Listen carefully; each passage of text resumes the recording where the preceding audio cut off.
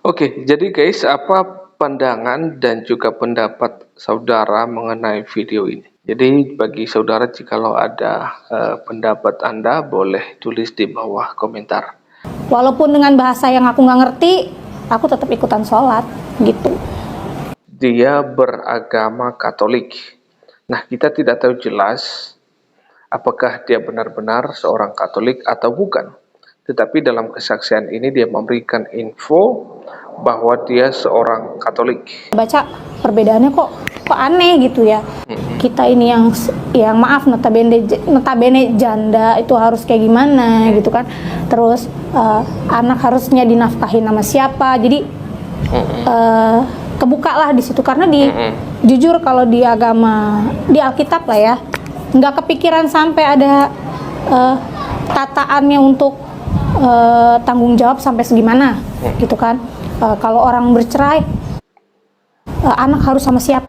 Nah, ini pasti dipertanyakan tentang kekristenan dia ini yang mengatakan bahwa dia Kristen Katolik. Dia menyebut dengan jelas di sini adalah tentang perceraian. Saya tahu dan paham betul, saya mengerti dengan betul yaitu pemahaman dan pengertian ajaran daripada agama Katolik. Di agama Katolik itu sangat dilarang keras untuk perceraian. Jadi di sini dikatakan bahwa tadi jikalau nanti ada terjadi perceraian, siapa yang mengurus anak seperti itu? Nah, kalau di dalam Al-Quran itu tertata dengan rapi katanya.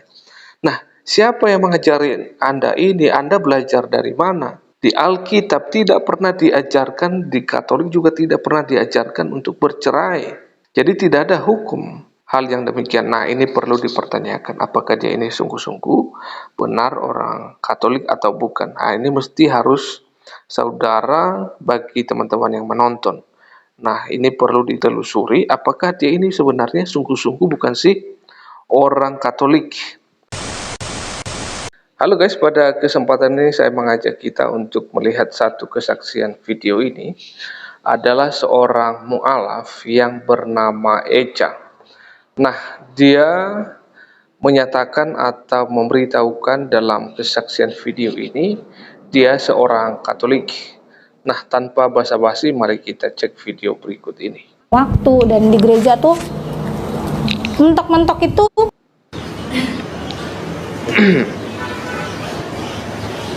ya tapi orang tua aku nggak bisa datang.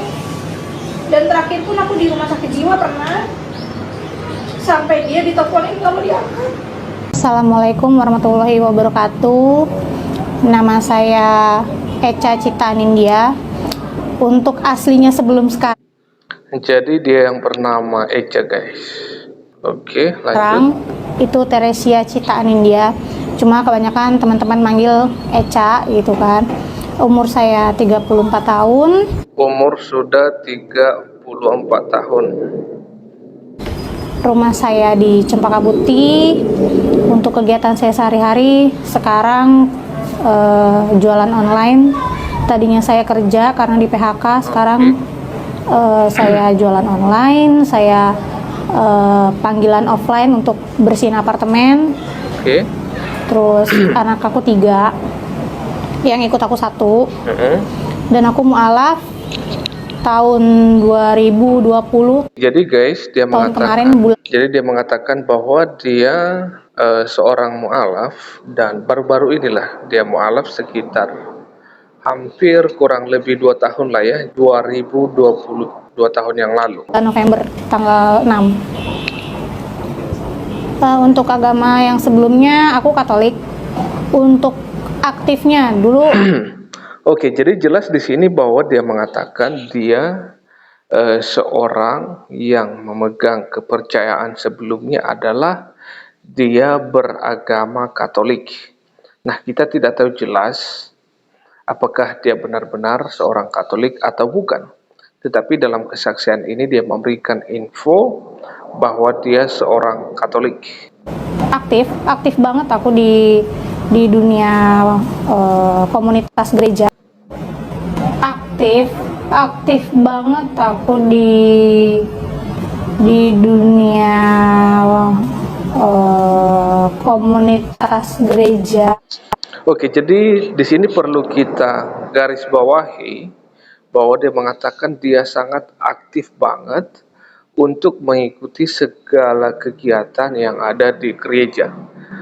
Misalnya ibadah minggu dan juga ibadah-ibadah yang lain yang ada di gereja. Jadi perlu kita menggarisbawahi itu bahwa dia sangat rajin dalam hal ini. Oke, baik, kita lanjut. Karena memang dari kecil juga diajarkan untuk tiap minggu ke gereja, untuk bina iman ke gereja gitu kan.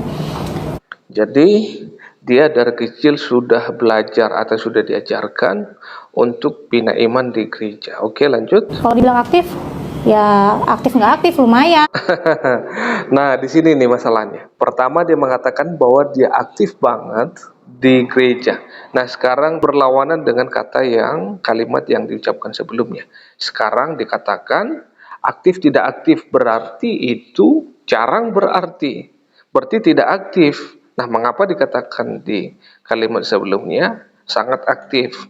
Nah, ini perlu menjadi pertanyaan deh. Menjadi satu pertanyaan. Apakah saudari ini aktif atau tidak? Nah, seperti itu persoalannya. Oke, ada teman-teman yang mau jawab bagian ini? Kita lanjut, guys. Kan gitu maksudnya.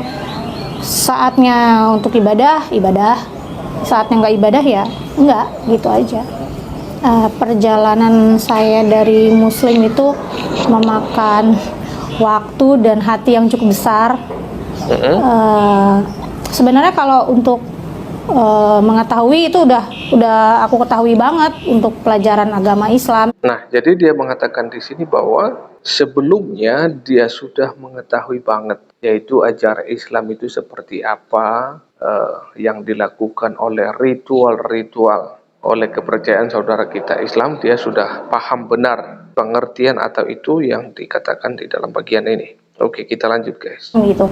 Cuma untuk memantapkannya itu semenjak aku kebetulan di PHK, aku bingung untuk arah pegangan aku kemana. Perlu kita garis bawahi di sini bahwa pada saat dia di PHK, di tempat pekerjaannya, maka mulai bingung. Nah, disitulah dia mulai mempelajari lebih dalam lagi atau mengambil keputusan untuk mualaf. Nah, itu. Oke, kita lanjut. Dibilang Katolik pun aku bodong gitu kan. Nah, ini enggak sesuai sebenarnya. Apa yang dikatakan kalimat awal tadi mengatakan bahwa dia sangat aktif banget. Sekarang dikatakan bodong. Yang benarnya yang mana? Aktif atau tidak nih? Dibilang belajar agama Islam pun aku belum punya identitas. Jadi gimana caranya supaya aku bisa punya identitas yang tetap gitu kan? Aku coba lagi untuk ke gereja, hati aku tidak bisa netap di sana. Pas kebetulan aku dapat sakit. Nah, jadi dia masuk gereja, jadi hatinya tidak tenang, tidak ada damai. Jadi dia mengambil keputusan untuk tidak masuk gereja. Oke, lanjut. Aku diajarin untuk belajar wudhu lagi. Diajarin wudhu lagi, berarti sebelumnya sudah pernah wudhu. Kan seperti itu. Saya diajari wudhu lagi, berarti sebelumnya sudah pernah wudhu, sudah pernah sholat, sudah pernah melakukan ritual-ritual kepercayaan saudara kita Islam. Kan seperti itu pengertian. Saya diajari wudhu lagi. Nah, ini menjadi pertanyaan. Sebenarnya dia ini sungguh-sungguh sih agama Katolik atau bukan? Oke. Di situ udah ngerasa tenang, dan kebetulan kan wudhu itu ya antara olahraga sama buat kesehatan. Nah, terserah sih kalau mau anggap wudhu itu olahraga, mau anggap itu sebagai sesuatu untuk kesehatan atau apa, itu terserah. Kita tidak ada masalah dalam bagian itu. Itu urusan saudara. Oke, kita lanjut. Ya, semenjak dari rumah sakit 2 hari setelah itu aku dibolehkan pulang dengan keadaan muka sudah tidak bengkak lagi. Untuk menetapkan hati, meneguhkan hati supaya benar-benar muslim itu lumayan ya, perjalanannya itu lumayan, dengan keluarga yang fanatik juga. Terus sempat dibilang, kok lu mau sih masuk ke agama Islam gitu, kan agama teroris gitu. Terus? Dan sebenarnya cari tahu juga kok gue bisa nyaman yang orang bilang dengan kata teroris itu dari mana gitu kan. Sempat cari-cari tahu. Oke, secara pribadi saya sebagai seorang Kristen tidak pernah memiliki pandangan atau pemahaman bahwa orang Islam itu semuanya adalah teroris. Tidak pernah ada pemahaman saya yang seperti demikian. Karena semua agama, baik itu Kristen, baik itu Islam, baik itu Hindu, baik itu Buddha, apapun kepercayaannya, ada potensi untuk menjadi seorang teroris. Jadi salah jikalau mengatakan bahwa Islam itu agama teroris. Salah. Jikalaupun ada teroris, itu hanya oknum saja, yaitu ya mereka-mereka yang menganut ajaran yang keras. Oke, kita lanjut guys. Yang penting gue juga bukan teroris, gue menjalankan agama Islam ini. Oke, mantap. Gue bisa sholat, gue bisa tenang, ibadah gue bisa juga tetap jalan gitu. Hati gue nyaman, itu yang paling utama sih, hati nyaman. Dan satu, ketika gue nggak punya siapa-siapa, Allah nggak ninggalin gue. Nah, ini perlu kita garis bawahi dan ini penting guys. Jadi dia mengatakan bahwa ketika dia tidak punya siapa-siapa, maka Allah tidak meninggalkan dia. Jadi sebelum dia masuk atau sebelum dia memeluk agama Islam, berarti Allah sudah meninggalkan dia. Allah tidak bersama-sama dengan dia. Kita coba lanjut guys, apa lagi? Dan saat itu juga pas udah memantapkan hati, aku bilang juga sama ibu kos yang kebetulan muslim, aku udah siap untuk mualaf. Kalau untuk perbedaan di agama Islam sama Katolik ya menurut aku, sama agama-agama lain lah ya yang aku tahu gitu kan. Kebetulan aku dari kecil hidup dengan saudara-saudaraku juga yang dari saudara papa, kebetulan setengahnya muslim, setengahnya juga Katolik. Jadi dari kecil pun walaupun dengan aku yang beragama notabene waktu itu Katolik, aku sempat belajar sholat. Jadi dia mengatakan bahwa dari kecil sudah pernah belajar sholat. Oke, baik. Jadi setiap kakak sepupu aku sholat, aku ikut di belakangnya. Jadi setiap kakak sepupunya itu sholat, ikut dari belakang katanya ya. Jadi kita tidak tahu apakah benar atau tidak ya. Kita percaya aja lah dulu ya. Oke, lanjut guys. Aku sholat, dia ambil wudhu, aku juga ambil wudhu. Mungkin waktu itu belum sempat kepikir ke sana gitu. Jadi kan cuma ada, aduh kok dia sholat pakai mukena, sedangkan saya itu harus ke gereja gitu. Sempat ada. Jadi dia persoalkan orang sholat itu memakai mukena. Jadi kalau dia ibadah harus ke gereja. Jadi itu menjadi salah satu problem. Kenapa kalau orang Islam khususnya perempuan itu pakai mukena, tapi kalau di orang Kristen ibadah itu adalah harus pergi ke gereja. Apakah benar pandangan yang demikian? Jadi kalau orang Kristen itu menyembah Tuhan harus ke gereja dulu. Nah, ini pemahaman yang keliru ya. Ini pemahaman yang salah, ini pemahaman yang dangkal sekali. Orang Kristen itu menyembah Tuhan tidak mesti harus pakai baju yang rapi. Perlu harus datang ke gereja. Bukan dalam arti ke gereja tidak penting, itu juga penting. Tetapi saat kita berada di rumah, kita bisa menyembah Tuhan di rumah. Kita bisa berdoa, kita bisa baca firman.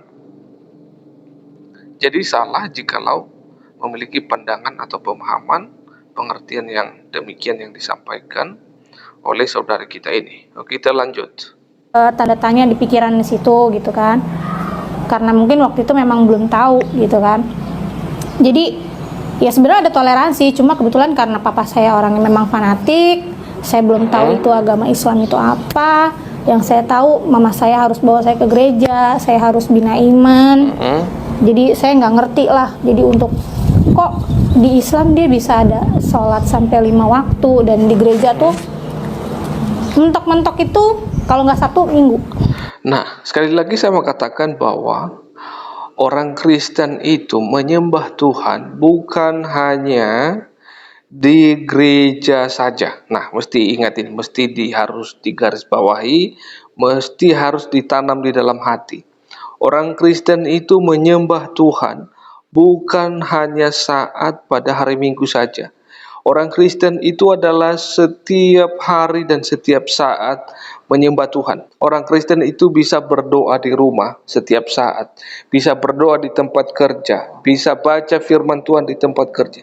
Jadi tidak ada batasan bagi orang Kristen untuk menyembah memuliakan Tuhan.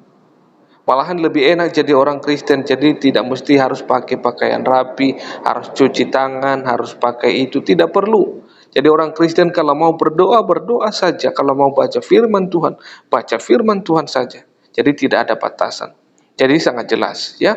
Jadi orang Kristen itu tidak dibatasi menyembah Tuhan hanya ke gereja saja. Ini pemahaman yang keliru, yang salah, yang perlu diluruskan. Oke, kita lanjut. Dia harus ke gereja seminggu sekali. Jadi kadang ada yang bilang, ngapain sampai sehari bisa 5 kali lu sholat gitu. Sampai ada yang bilang begitu. Cuma terpikir juga, iya ya kok di Islam sampai 5 kali sholat, sedangkan di agama gue dulu kok cuma weekend doang. Sempat tanda tanyanya di situ gitu kan, perbedaannya sempat di situ. Dengan ya ada yang Katolik, ada yang Kristen, kebetulan teman juga ada yang Buddha. Ya ada beberapa sih yang baca perbedaannya kok aneh gitu ya. Kita ini yang maaf notabene janda itu harus kayak gimana gitu kan. Terus anak harusnya dinafkahi sama siapa. Jadi kebuka lah di situ karena jujur kalau di agama di Alkitab lah ya, nggak kepikiran sampai ada tataannya untuk tanggung jawab sampai segimana gitu kan. Kalau orang bercerai, anak harus sama siapa. Nah, ini pasti dipertanyakan tentang kekristenan dia ini yang mengatakan bahwa dia Kristen Katolik. Dia menyebut dengan jelas di sini adalah tentang perceraian. Saya tahu dan saya paham betul, saya mengerti dengan betul, yaitu pemahaman dan pengertian ajaran daripada agama Katolik. Di agama Katolik itu sangat dilarang keras untuk perceraian. Jadi di sini dikatakan bahwa tadi jikalau nanti ada terjadi perceraian, siapa yang mengurus anak seperti itu? Nah, kalau di dalam Al-Quran itu tertata dengan rapi katanya.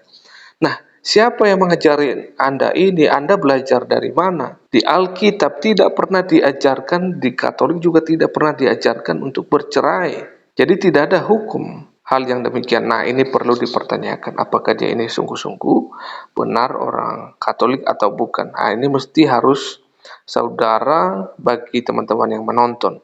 Nah, ini perlu ditelusuri, apakah dia ini sebenarnya sungguh-sungguh bukan sih orang Katolik. Nah, oke, kita lanjut guys. Ada hukumnya ini. Kok di Alkitab gue nggak ada? Sempat ada tanyaan lagi, beda lumayan gitu. Tanyaan seperti gini, kok emang sama gitu. Jadi dalam bayangan saya, dalam pikiran saya, dia ini menyamakan antara kepercayaan orang Islam dengan kepercayaan orang Kristen. Nah, kalau kita di agama Islam itu diperbolehkan, itu disahkan, dan itu ada hukumnya bahwa boleh itu menceraikan istrinya dengan berbagai macam alasan. Tetapi di Kristen tidak ada alasan untuk bercerai. Jadi ini keliru guys. Ini salah, ini pemahaman yang demikian. Oke, kita lanjut. Allah cuma satu Allah gitu dulu. Saya berpikir begitu. Tapi kok di Islam dia ada tataannya, kita nggak ada, cuma aja sih seperti di situ. Cuma kan masih kecil gitu kan, belum tuh paham. Jadi mereka puasa, aku puasa. Mereka sholat kadang-kadang walaupun dengan bahasa yang aku nggak ngerti, aku tetap ikutan sholat gitu. Oke, jadi guys, apa pandangan dan juga pendapat saudara mengenai video ini? Jadi bagi saudara, jikalau ada pendapat Anda, boleh tulis di bawah komentar. Oke, itu aja video ini. Semoga juga memberikan pelajaran dan juga semoga kita boleh kritis dengan apa yang disampaikan oleh para mualaf ini, menyampaikan hal-hal yang tidak benar, menyampaikan hal-hal yang tidak diimani, dipercayai oleh orang Kristen. Jadi kita perlu untuk kritis apa yang mereka sampaikan, dalam artian kita meluruskan, kita menjelaskan yang benar, yang sesungguhnya apa yang kita percayai, apa yang kita imani sebagai orang percaya. Oke, itu aja. Terima kasih. Allah Tritunggal akan terus memimpin, menolong kita semuanya. Shalom.